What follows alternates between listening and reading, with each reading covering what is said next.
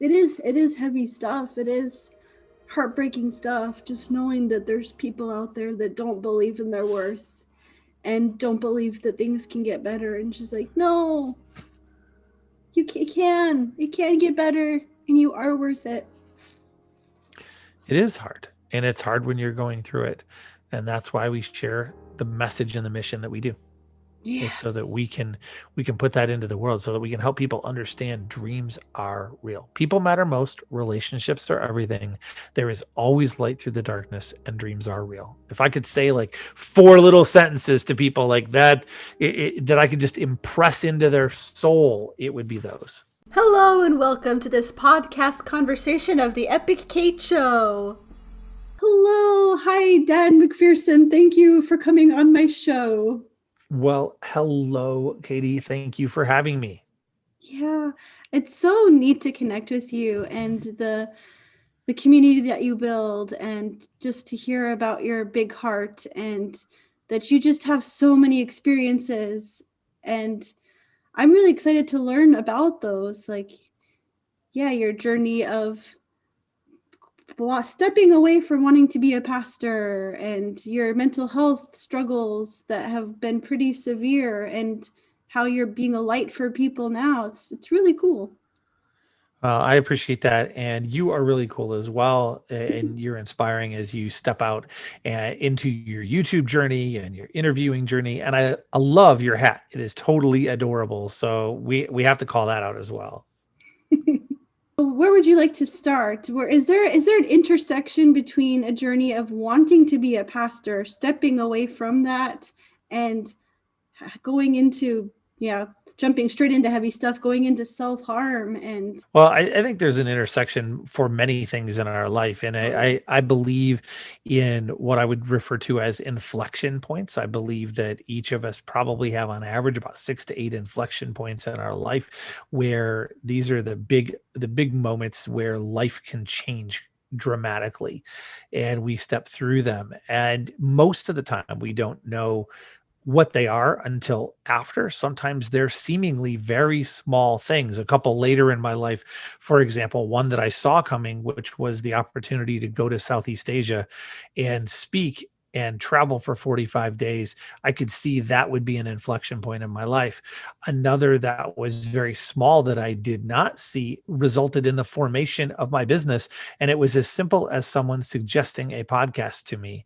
And those are really cool. Well, my journey of both mental health and I suppose involving the journey to potentially become a pastor or a public speaking evangelist began as a result, or at least maybe in conjunction with, the first big inflection point that I would grab onto. There were a couple, one or two that you could argue earlier in my life, like when I was hidden from my father for 6 years or things like that. But I would say that those built up to the first big inflection point of my life.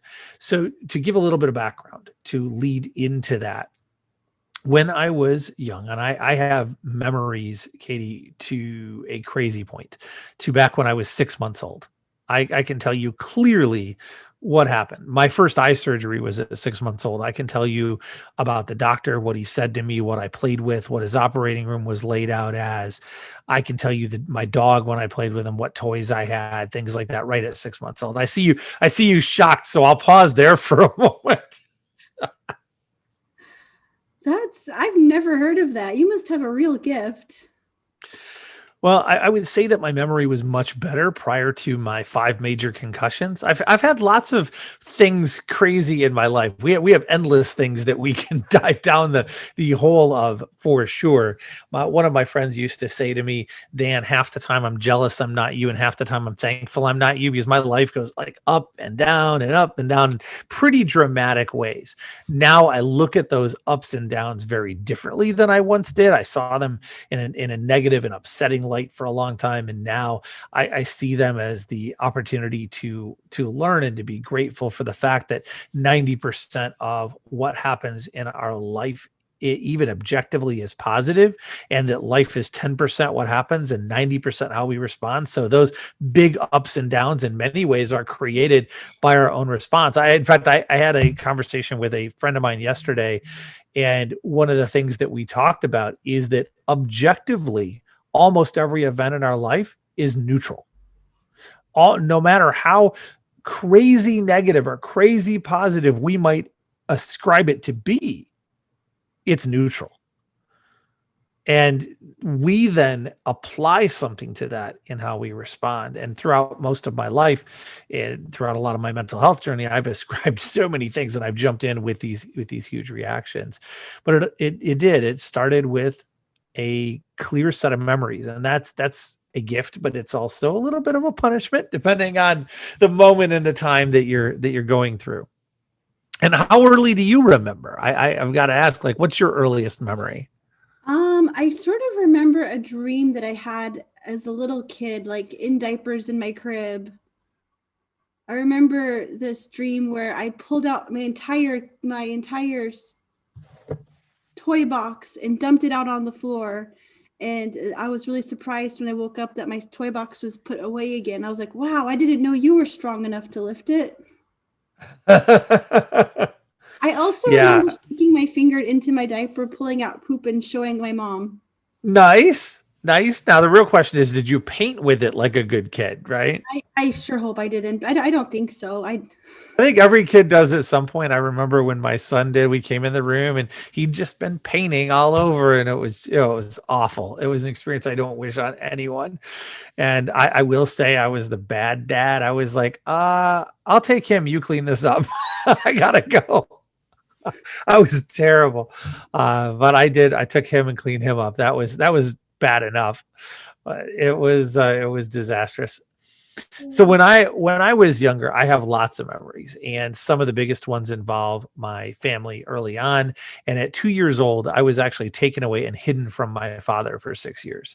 I was taken by my mother, and she hid me away for what she perceived as safety.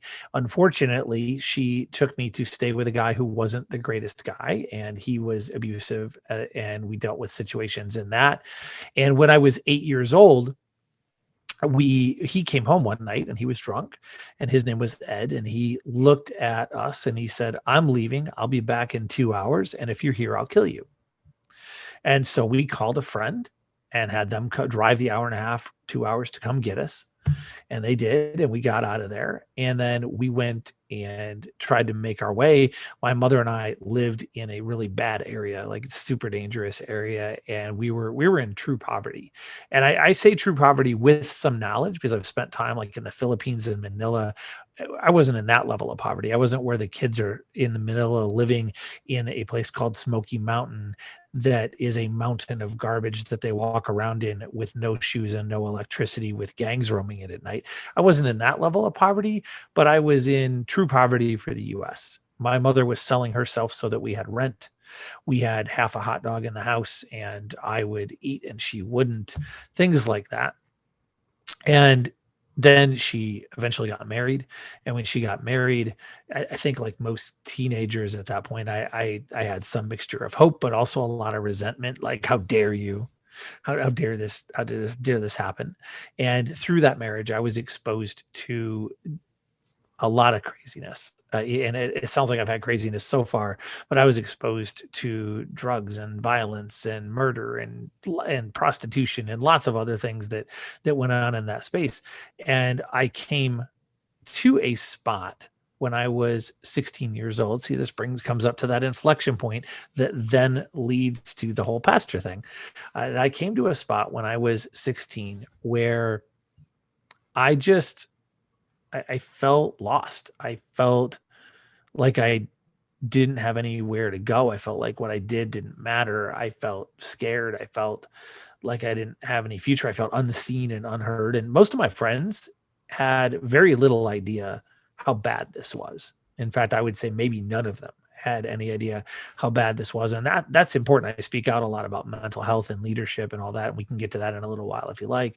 But the fact that they didn't know was highlighted to me when 20 years later I was telling this story, or 25 years later I was telling this story, and they were shocked because at 16 I decided I was going to kill myself. And I got to the day where I was planning to do so, and thankfully a friend, through having no idea what was going on, but just her kindness, saved my life by offering to give me a ride.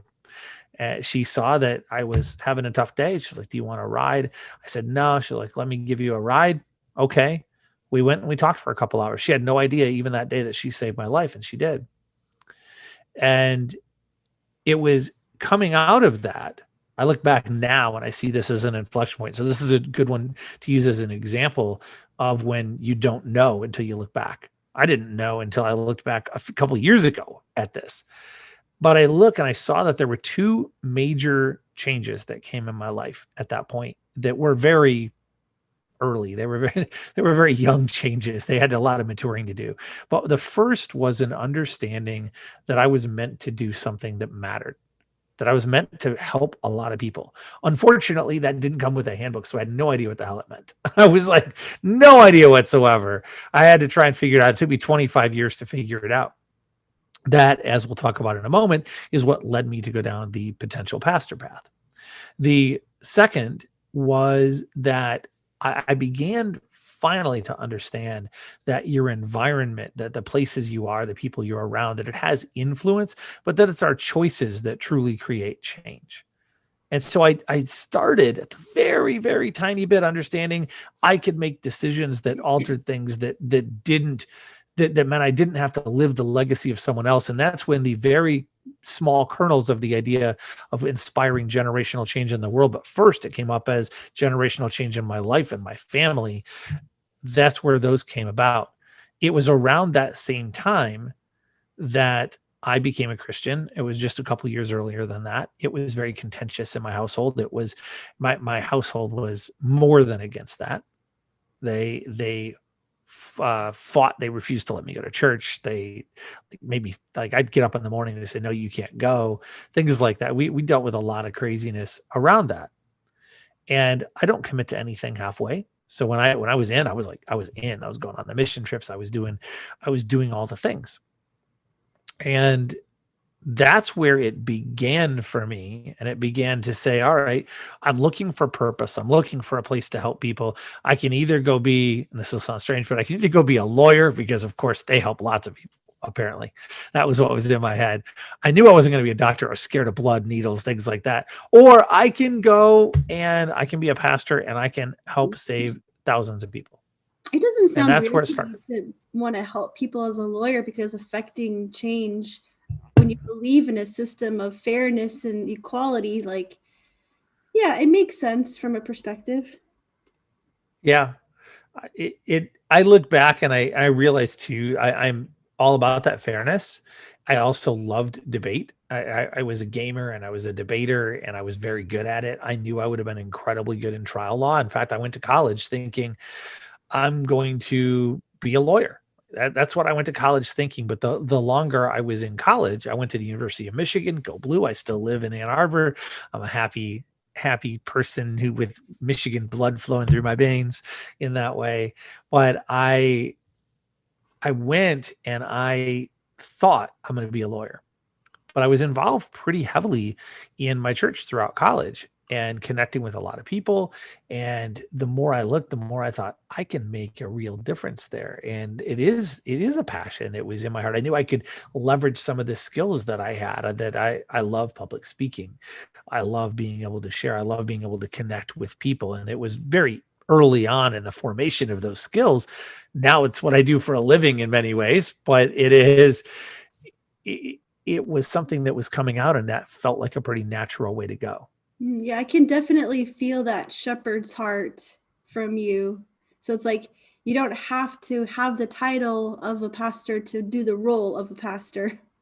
Yeah, I connected with that. I was so committed, in fact, that as I graduated college and worked for a year, that I moved to another part of the country. We moved to Maryland so I could go to seminary. I never went, but we literally moved there so I could go to seminary. Huh. And I had a friend who went there. We moved, we followed them, and that was when I think I maybe finally began to find a little bit of my own way. But I also recognized that I could support causes, and I had an ability. That's when I first learned I had an ability to earn. I was a salesperson doing straight commission sales on telemarketed leads for home improvements. And I did it differently than everybody. In my first 6 months, when I was in Michigan, my first 6 months, I made very little money, like less than $10,000. And I paid more than that to work. I literally worked 70 hours a week and paid more money than I got in my first 6 months. The next 12 months was my first six-figure year as I figured out how to really help people. And now I train a lot of sales for a lot of reasons. I became incredibly good at it. Then I started making really good money, and I was like, I'll give all that up so I can manage salespeople, because then I can help more people. And I went on, and I did that, and I started learning that I had an ability to earn and to help in other ways, and maybe I could support various causes rather than going down a prescribed path and going back to school. Mm. So that was what made that decision, just realizing your potential? A little bit. I think it was too that I didn't really know who I was. I didn't get comfortable in my own skin until probably 3 or 4 years ago now. I certainly didn't understand my purpose in the world fully until the last couple of years. So I was lost. I was searching around. I didn't love all of the structure and strictures of going back to especially a super conservative school, even though at that point I was a pretty conservative guy. Now I would say that I'm socially liberal and fiscally conservative, but I was a capital C conservative guy at that point in time.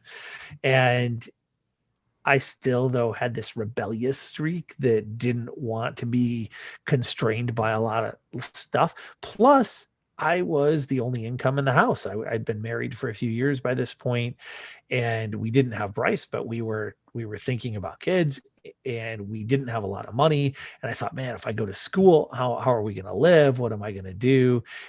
And frankly, I'd gotten a taste of making real money too. I'd had my first six-figure years. And like most people who are young, who've never made money, who grew up poor, I blew it all. I was like, pay the bills. Who'd want to do that? I'm just here to have fun. Let's get stuff done. And I could play games instead of paying bills. Like that was apparently smart and wise. Not at all. For those who are listening, don't do that. Have somebody who knows what they're talking about work with you and help you gain that wisdom much earlier. Now I help a lot of my clients on that path because I made so many mistakes. But if you go from being poor and having nothing to making six figures a year, there's a reason lottery winners, as by and large, lose all their money. It's because that transition is not as easy as it would look like. And so that mix of responsibility and irresponsibility, along with me having no idea where the heck I was going in life, led to me kind of defaulting into not going to seminary and then following a career path and saying, well, I can go make money and help that way, and I can support things that way. And then it just began to diverge more and more as we went forward. Mm. And those mental health issues, did they follow you into that period of life? Oh, they follow me until today. Oh, yeah. I so I would say that not for everybody, and I wouldn't care to speak for everybody, even if I could. But for me, the mental health issues are like a lot of my friends describe alcoholism. Mm. That once you are, and it doesn't go away. Now, I've learned a lot of things. There's on my own YouTube channel, there's a series called Depression from the Inside that I've shared of what it feels like from the inside and what I do to work with that. The In fact, later on, 11 years ago now, I had another suicide attempt. There was an explosion. There was a breaking point. And at the spot that she said, hey, look, I'm done. I'm gone. And we split. That was the night where, in my mind, everything was over. And by everything was over, at that point, I was very much a person of extremes. And so I thought, well, if I can't be a husband and I can't be a good father and I'm terrible at all of this, then the best thing I can do is leave my family and give them $1 million, which I happen to have a life insurance policy at that point that did not exclude suicide. And so I left that night to go kill myself so I could give my family $1 million because I believed it was the right thing to do. I want to stand here unequivocally, or sit here, I guess, and say unequivocally I was wrong. It took me months to see it. I was, after that night, the thing I was for months was mad that I didn't do it. I Hmm. was I was really upset with myself that I felt like I didn't have the courage to do it. I'll tell you now that that's complete bullshit. That's terrible. And but that's where I was. That's how damaged I was at that point in time. And now I've recognized that I've been able to put my life back together. And what I would highlight is this: that since that as a result of that, I've been able to raise my son till he was 18. I've been able to impact literally thousands of lives, maybe tens of thousands. Who knows? I won't. I will say I aspire to that and more, but I won't claim that. But I'll say I've been able to go and speak and help people and help them achieve their dreams, and to do that, to share some inspiration, to engage with people and help share others' messages through our podcast and more. And if I weren't here, none of that light would have been in the world. And so I would have actually caused infinitely greater suffering and loss had I done the thing that I left that night to do. And I'm incredibly grateful that I didn't. Yeah.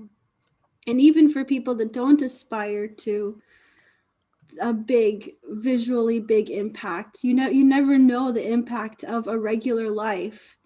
Well, That's and that's so important, Katie. I'm really glad that you said that, because one of the things I do on the podcast is that we share people's stories, and I intentionally grab people who have no influence sometimes. And by none, I mean they think they have none. They're like, oh, I don't have a social media following. I don't have this. And there's two things that I say that are very important there. Number one is that everybody's like, oh, I don't want to be a leader, whatever. Every single person is a leader. Leadership is influence. Every person is a leader. The only choice is whether you're going to be good at it or not. So you're leading the people around you, the people in your house, the person you talk to on the phone from the electric company. I was sharing with the gentleman I met with yesterday. We were sitting in a restaurant. I said, look, we're leading the people around us by our body language, by how we communicate, by how we talk to one another. We're leading, we're influencing other people. So that's one, is that the leadership is everywhere. Leadership is the keystone, not just the cornerstone. Secondly, is that your story, everyone's story, every single person's story is incredible and powerful. It's the only unique thing that we have. It's by far the most powerful thing that we have. And it touches people that nothing else in our life and nothing else in this world can touch. Many times, as you were pointing out, that we have no idea who they are and may never know who they are. Every single person is valid and valuable. Every single person matters. So if you're listening to this and you had any doubt, erase that, because you matter, and what you do matters, and what you do impacts tens, hundreds, and thousands of people that you'll never know, regardless of whether you are working as a cashier, or whether you are home on disability, or whether you are out speaking and traveling the world. That is irrelevant. That's like the difference of position or role, but not the difference of value. yeah. Because people don't remember necessarily what you do, but they remember how you did the thing you're doing. People matter most. Relationships are everything. Yeah. I will never have another one. I know that I will never go down that path. I'm not physically capable of doing it, and I'm glad. I also believe passionately it is never the solution. It is 0%, 0.00% of the time. Never, ever, ever is it the solution. And I've lost more than 100 people I know to suicide. I have I have a lot of experience with that. I'm forming a foundation called Light from Darkness to help prevent suicide. And we have relationships. We're going to be launching in 3 countries. We have relationships with a number of schools, and we're doing some very cool things along those lines. And that's all very important to me. but those things have followed me. I struggled with anxiety and depression without having any idea what it was. And it was before it was well known. It was before it was talked about, certainly before it was socially possible. So I hadn't heard anything. My family certainly wasn't going to talk about it or have any idea what was going on. And so I dealt with those things without really knowing. Mm. And it was rough. And to this day, I deal with it. But I would say that most of the time, it's in a pretty good place. It's there, but I recognize the signs earlier of my struggle. I understand what to do to prevent the struggle. I teach a number of paths to help people either get out of or not be in that space. I do need to add the caveat. I am not a mental health professional. I have not had professional training in this area, nor do I claim to be. I can say that I am experienced in it in my own world, and I've dealt with hundreds of people who do, and I can share what works for me. Yeah, and having experience of fighting darkness and witnessing the darkness that so many other people have fought and have lost the fight too, that gives more authority than just somebody with a piece of paper. Like, yeah, I learned about this in school. Well, I appreciate that, and I agree to a large degree. At the same point, there is value to a lot of the professional training in mental health, and I would not want to diminish that. I have a number of friends in the mental health field who are professionals in that area. I simply try to be clear of what my qualifications are and are not, so that I'm not misleading anyone or have anybody out there thinking, "Oh, Dan thinks he's the guy who knows all about mental health." No, I know about my mental health. And I know about those who I've spoken with and connected with, and I try to learn more every day. What I can say is that struggling with anxiety and depression is prevalent. And if it's okay, I'd like to share a little bit of how prevalent and how I know. Oh, absolutely. So I host a podcast. It's called Dreams Are Real. And I through the first 80 episodes, roughly, I had almost 50 people share about their struggles with anxiety and suicide attempts. That's kind of insane. I decided at that point, this was alarming to me. This was before I decided to form the foundation, and that well, largely what led to it. I decided to send an email to 300 of the entrepreneurs that I know. Now, keep in mind, these are people who are alive, who have some degree of success, and who are in the entrepreneurial world. So they're pretty vibrant people. I asked them only two questions. Question number one was, do you struggle with anxiety and depression? 70% said yes. 70%. The second question was a little even scarier to me. I asked, have you ever either seriously considered, like to the point of getting ready to take action, or actually attempted suicide? 30% said yes. There is no pandemic in this world that is greater than that of suicide. Period. Full stop. There's nothing greater than that. Keep in mind, I'm speaking at this point to the survivors, the ones who won, and I'm speaking to the people who are doing pretty well. The numbers would, in theory, get uglier if you step to other groups. Once I recognized that, I said, I have to do something about it. I have to speak out about this. And I started looking into it. I realized that leaders, and my company is Leaders Must Lead. So I speak about leadership. And I realized that leaders shy away from these topics because they're afraid to admit that they might be perceived as weak, or that they struggle in this area. So I step forward and I say, I struggle with this, and yet I succeed. I struggle with this, and yet I win. I struggle with this, and yet I'm here and I lead. And I think that's important. And I encourage others to be willing to do the same. I also encourage others to recognize that this isn't so much different from a physical ailment. I have the flu, I have anxiety. Okay. How about I get help for either one of those? I don't want to keep the flu forever. I don't want to have COVID forever. Like, I'm going to go get some treatment for that. I'm probably going to take a vaccine if I can. Don't want to go down that whole debate, but I have taken my vaccine, so I'll say that much. But I'm going to do the things. And so why would I not do that for mental health? And I'm not embarrassed to admit to somebody else that I would have COVID, or that I would have the flu, or that I have an allergy, or that I have something like that. And so I'm not embarrassed to stand up and say, I struggle with anxiety and depression. That's just my struggle. along with my heart issues and all the other crazy stuff I deal with. But like, that's my thing. So I think that is also important. And then I think the message that is crucial, and it's the reason I named my foundation this, is that there is always light through the darkness. That when you're in the middle of it, you lose perspective. Like that's part of the nature of it. Depression is inward and downward. It's actually a very similar comparison to eagerness and impatience. Oddly enough, depression and anxiety are a lot about impatience.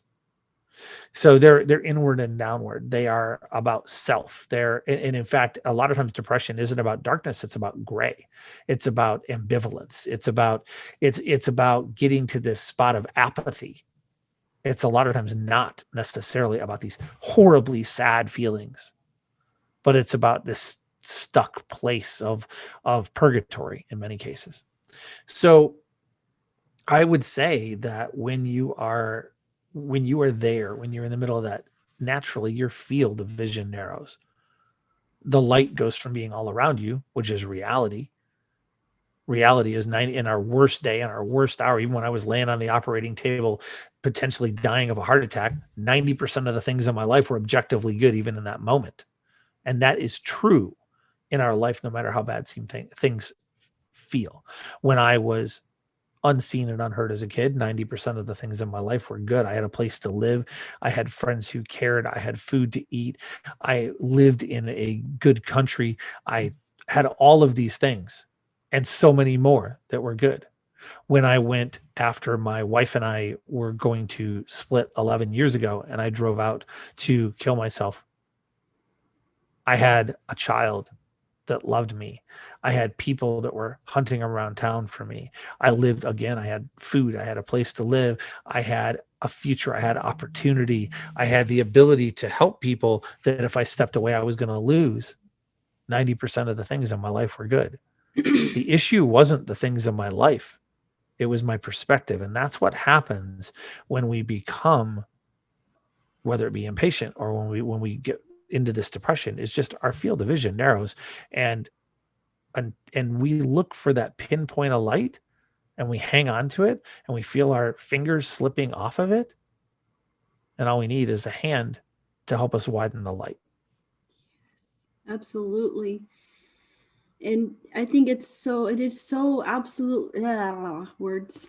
It's so vital to have a voice reaching out amongst this successful, the big dreamers, because in this world of entrepreneurs, it's like you have to put your best foot forward all the time. You have to show up. You have to hustle, hustle, hustle. And it burns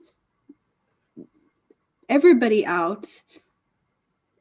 But there's a kind of, I don't know, thing inside of a lot of people that have this hustle culture inside of their brain. They're like, I'm stronger than that. I'm bigger than that. Other people get tired first, but I keep going because I'm a marathoner. And it's like, no, it's not weakness to say that you struggle. And it connects people to you. It makes you human. And yeah. I think it's crucially important. And I think it starts that mindset starts in other areas. I have become relatively convinced recently that it starts in areas like sleep. How many people do you know that are sleep warriors that are like, oh, I don't need sleep. I sleep less than the average bear. Well, I can tell you, I was that guy. I was a sleep warrior. I spent my years in college, all 4 of them, sleeping 3 hours a night. I got 2 degrees in 4 years. I worked 40 hours a week. I ran a few organizations. I had a girlfriend. I helped people, and I slept 3 hours a night. I then went and worked 110 hours a week, and I slept 4 hours a night. And then I slept 4.5 hours a night for 20 years. And I thought that was the magic answer. I thought that was the hustle. That was it.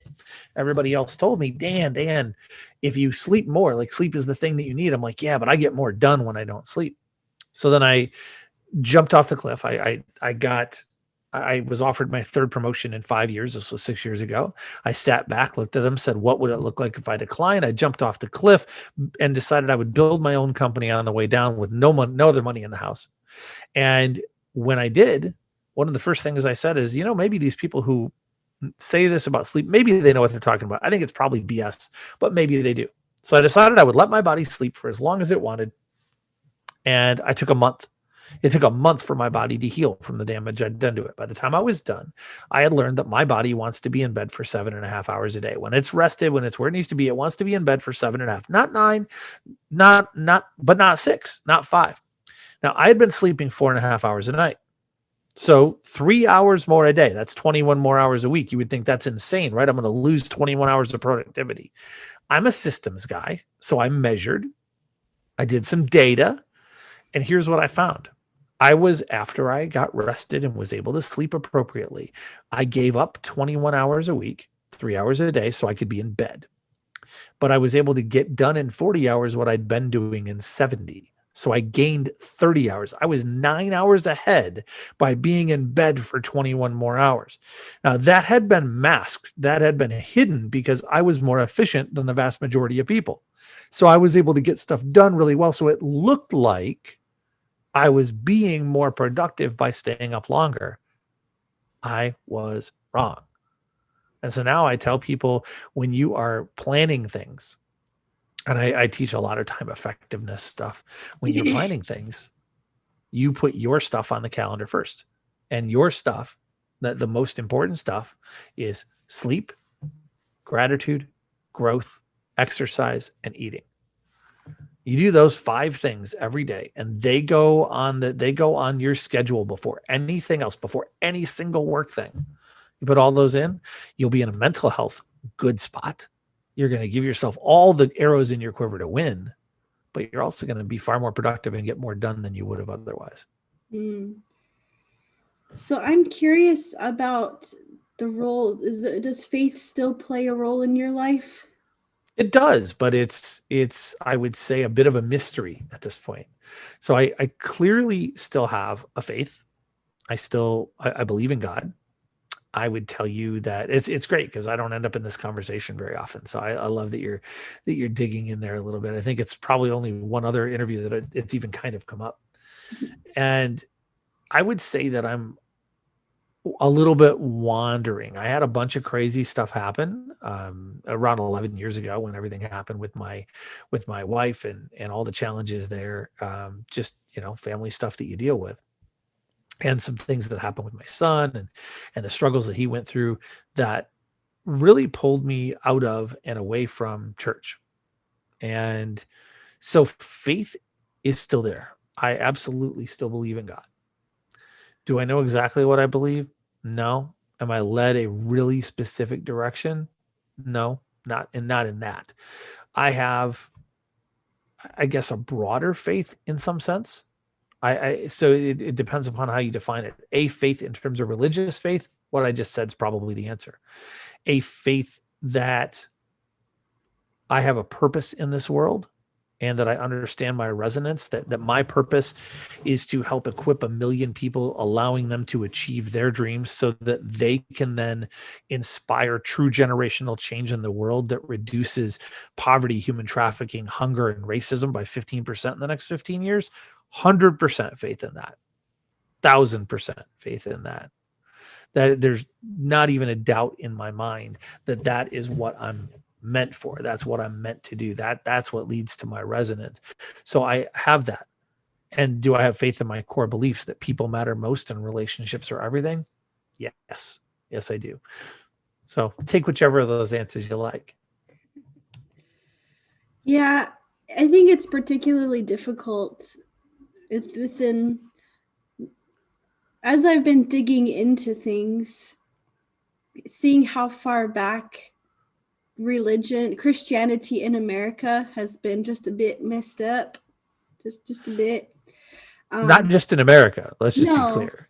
that's true. But that's true. I think that's true for any organized group, any organized religion, any organized group or membership. The vast majority of them are messed up in some way. It's true, but That's like, because we're all messed up in some way, really.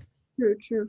But yeah, like learning about white Jesus, colonialism, systemic racism, these things. Yeah. It's been such a journey for me to step outside of evangelicalism and discover how new that whole rigid list of things is and how far it is from the original gospel?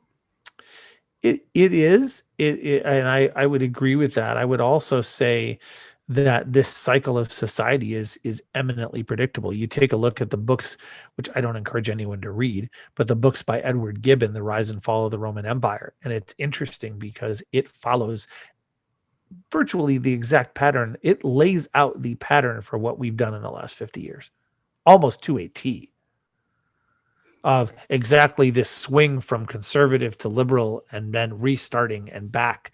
And this cycle, it has gone on for thousands of years.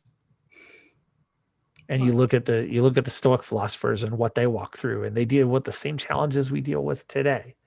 It's incredible to see it. But from a messed up standpoint, I became disenchanted with the judginess. I became disenchanted with the pettiness, with those who, and I know many really, really good friends of mine who are incredible, heart-centered, believing Christians. And I love them and I would die for them. Like, I would really do anything I could for them. I also know many that the second that I encountered real trouble and expressed any doubt or concern, that completely stepped away and abandoned or judged me for it, or once I started talking about disagreeing with anything or questioning anything. I remember very specifically in college, there was a church that I was part of, and I was a key part of this church at that point in time. And I had a question about one of the things that was being taught, and it was a serious question. And I asked the question, and rather than have a conversation, they asked me to leave. Not even a conversation. And seeing things like that was really upsetting. I also see a parallel in society in how we treat mental health, just to tie all of this together. And I'm going to give you an example from 2 weeks ago that I'm actually going to do as my own social post sometime soon. So probably before this comes out, but it'll be short. Mine will be short. I was, about 2 weeks ago, as of the time we're recording this, really struggling. That doesn't happen very often right now because I've all the tools I talked about earlier, all the things I recognized, and I have a lot of incredible people in my life. And you know how someone will call and they'll say, "How are you doing?" And what's the answer they expect? Fine, good. Yeah, I'm doing fine. I'm okay.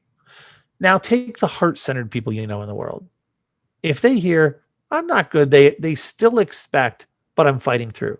But I'm getting there. They still expect like that certain level of optimism. And then they're like, "Oh, let me put my arm around you. Like, it'll be okay. You're going to get through it." And that's the heart-centered people who are amazing. I was really struggling. And as I am wont to do, I decided to be fully authentic. So I had 15 different friends that I talked to, maybe 20 different friends that I talked to. It was 20 that I talked to during the week. And they called and they said, or we were on a call or something like that. And they said, "How are you doing?" And I said, "I'm doing terrible. I'm really struggling and I'm lost right now. And I'm having a hard time."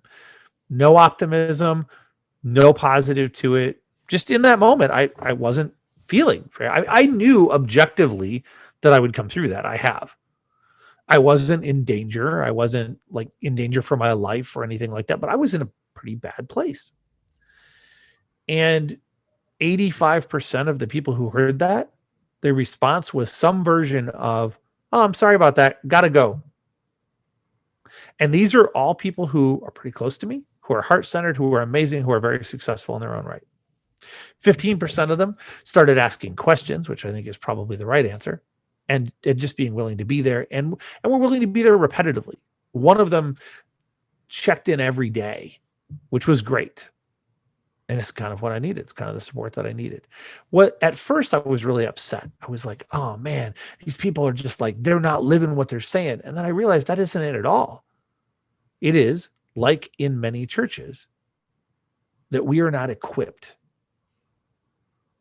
We have no idea what to say or how to help. And the problem in the mental health area, as it is in the church area, is not only so the people who are getting the questions are seeing the problems, they don't really know what to do, and they're not equipped to know how to do that. Well, in the mental health area, if you're struggling with anxiety and depression, it's not that you're not willing to reach out for help. It's that you don't know what to reach out for. I didn't know what I needed. I didn't know how to tell somebody, please do this for me. So if you have two things, you have somebody who isn't equipped to help and you have someone who isn't equipped to ask for help, you end up struggling. And you end up with an emptiness and a sadness and break. And it can be a judgment. It can be, well, they better just get it together, or I can't believe they didn't help me. And it can break relationships. I like to think that I've gained a better perspective so that I can step back and see that. But it was pretty eye-opening to me to recognize that 85% of my friends who are in this area have no idea how to respond when there's not the positive component already pre-given. And so I think we need to do a better job of equipping ourselves and others to help, and equipping those who struggle with anxiety and depression to ask for help in a way that works. Yes. Yeah. Oh man, so much. Yes, we need to learn. There's such a need out there, as you said, that the 70% of successful people are struggling. So many of them. So you never know what struggles people are walking around with and what darkness they feel like they have to hide from everyone. Yeah.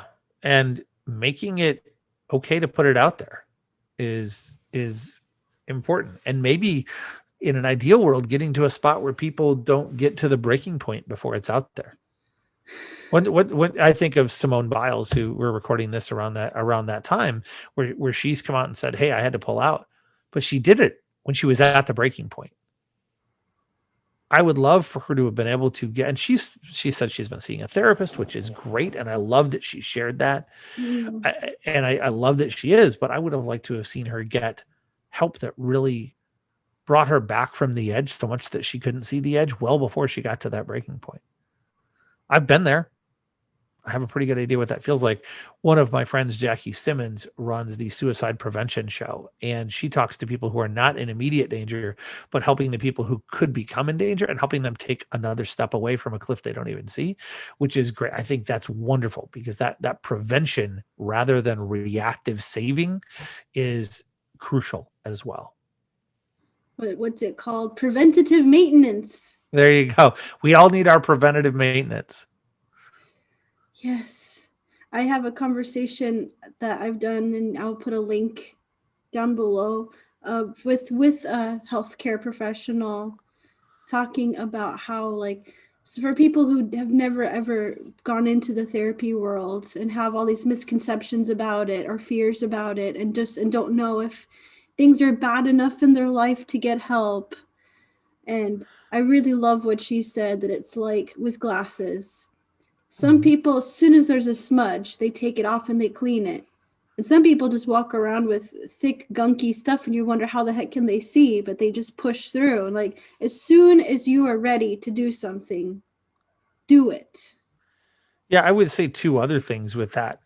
That are, and I'll continue with that analogy because I like it quite a lot. And I've been the guy that walked around with gunky glasses, not even knowing it. Like it gets that way slowly, and you take it off and you clean it, and you're like, oh my goodness, I can see. I had no idea that I couldn't see. And I think that's important, is that a lot of people aren't recognizing the struggle. So maybe equipping people with the questions to say, am I struggling? Is this just I'm a little tired, or is this a different struggle? And if I am a little tired, how about I get some sleep? How about I normalize letting it be okay that I go get some sleep or I eat or whatever it may be? But I like the eye doctor analogy because I think it addresses two other issues. One is I see people who don't get therapy because they think, well, I'm smarter than any therapist I've ever met. And what I would say is this: I've been smarter probably than almost any eye doctor I've ever went to. But it's their specialty and they know how to help me. And I don't know more about glasses than they know. I may be brighter than them. I may know more about things in the world than they do. But I don't know about glasses and vision. And I do know this. I know that when I walk in there and I'm like, I see fine. And they look at me and they get that little smile and they're like, oh, go take some of these tests. And then they come back and I'm like, yeah, see, look, I see fine. And they come back and hand me a pair of glasses and I go, holy mackerel, there's people in this room. I didn't even know they were here because I have a new prescription. That's called shifting your lens. And it's what I teach as the first step. I teach using a 4S process for all of the trainings that I do. And the first and most important S is shifting your lens.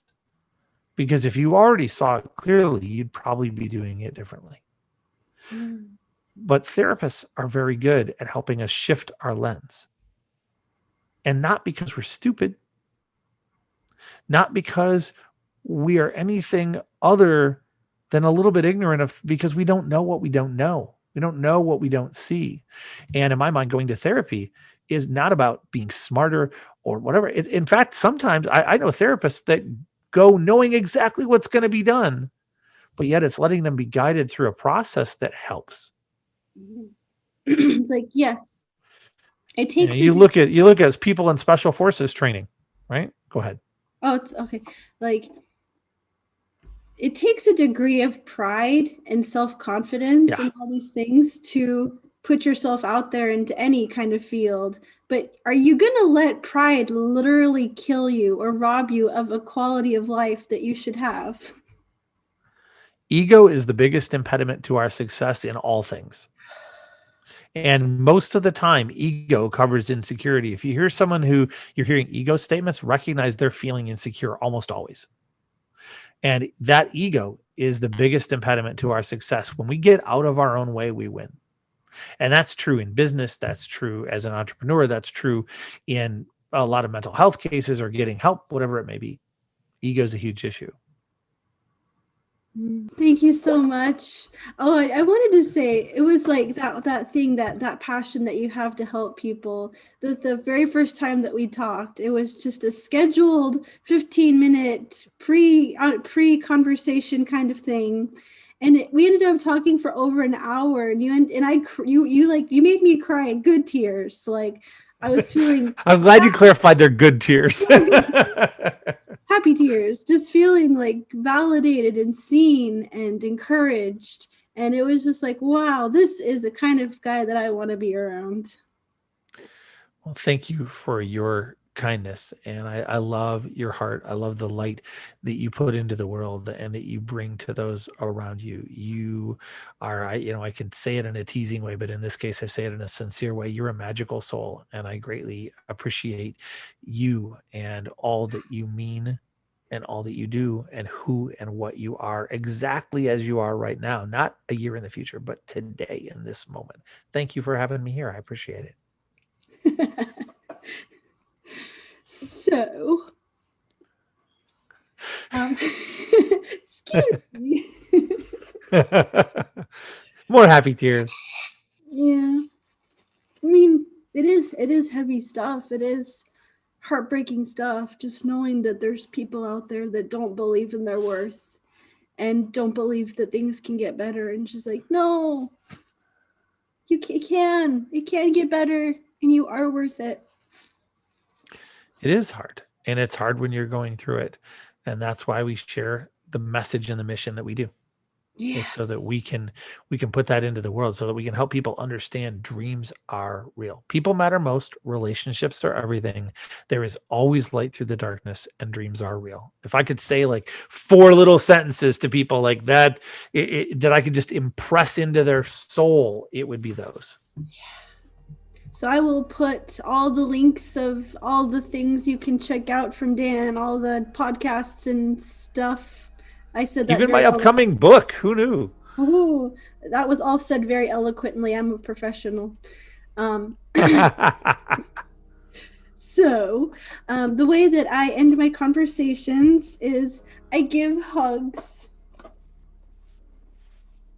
I accept hug and return it. And we can spread this hug over to people watching. Hugging you too. So many hugs. So many hugs. All the hugs.